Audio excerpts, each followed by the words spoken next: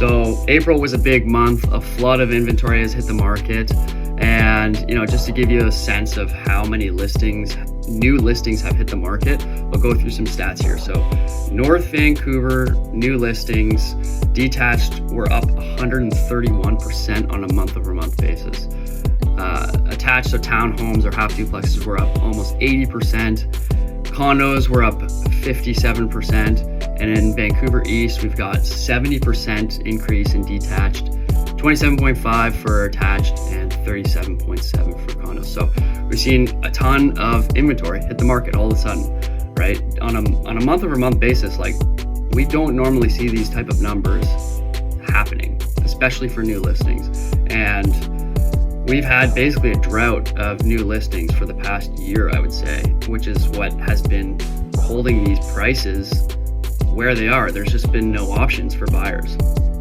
So now that we've seen all these new listings hitting the market, in certain segments, particularly the condo market, you're finding that prices are like they're not selling right for market value. You're getting showings still, but people are just not biting on them. I have a client who is looking for a condo, and one came up. It was underpriced, and they had a DRPO, a direction regarding offers. So they're going to wait, get a bunch of people through, price it low so it gets a lot of attention, and then take offers on the Tuesday or whatever it was. So my client was like, you know what, I'm not interested in competing for whatever reason, but I do want to know, what happens, what it sells for. So I said, sure. So I followed up with the realtor, and she was like, yeah, it didn't sell. So we didn't get, they got one offer, but it was a low ball. And so you're seeing a lot of this, a lot of people come through, see the place, there's a lot of buzz, and then when it's offer time, there's only one or maybe two offers if you're lucky for these condos. It will be interesting to watch what happens if there continues to be more listings hitting the market and what that does to prices, because stands to reason, if there keeps being more inventory hitting the market, that prices should come down. But as we all know, it doesn't always work that way. Right? So I think that's the reason you're seeing a lot of these stagnant condos. There's just no urgency, and buyers are kind of biding their time still. We just haven't been really seeing the amount of activity that we normally do on a spring market. So that leads me to kind of like the amount of sales that are happening. Like, sales are up, so there are more transactions happening.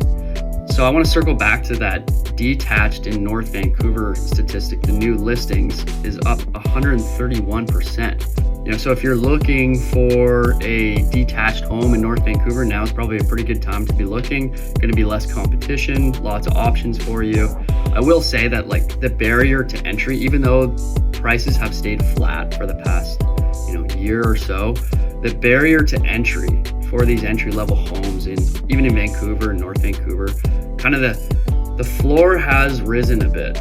A year and a half ago, I would say you could get a starter home in North Vancouver for about 1.7, and you could move into that house and you wouldn't necessarily have to do anything. Now I feel like it's 1.9, 2 million to get into a house where is livable.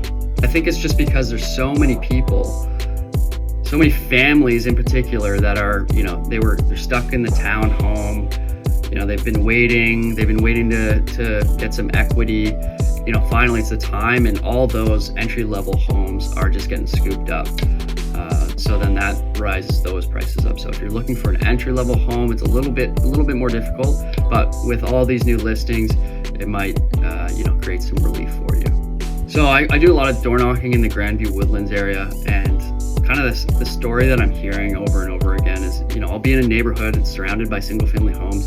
You knock on someone's door, and we're chatting, and they talk about the new BC laws and how they can have up to 6 dwellings, and they think a developer's going to come and give them $4 million for their standard sized lot. It's like 33 by 122, right? So that's a standard sized lot in that area.